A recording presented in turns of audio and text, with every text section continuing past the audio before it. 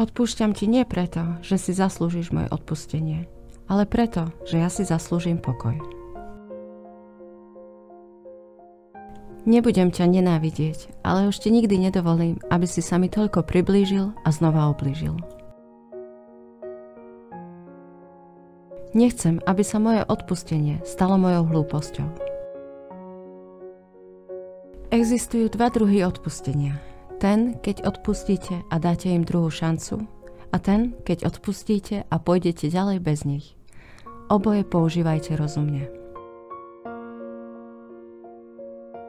Odpúšťam, ale to neznamená, že akceptujem tvoje správanie alebo ti dôverujem.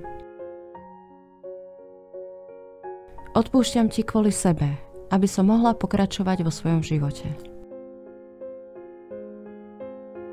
Odpustiť neznamená, že akceptujem to, čo si urobil. Odpustenie znamená, že to, čo si urobil, ma už neovláda.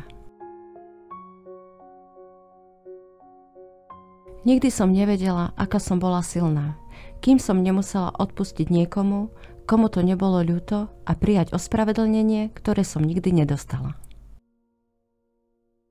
Ďakujem, priatelia, za vašu podporu. Chcem vás poprosiť o zdieľanie, like a komentár k našim videám, aby sme si boli istí, že naša práca má zmysel. Týmto jednoduchým spôsobom podporujete našu prácu. Ďakujem. Táto stránka je o šírení dobra, ľudskosti a empatie. Pre tých, ktorí sa vyjadrujú primitívne a používajú vulgárne slova, budú automaticky blokovaní.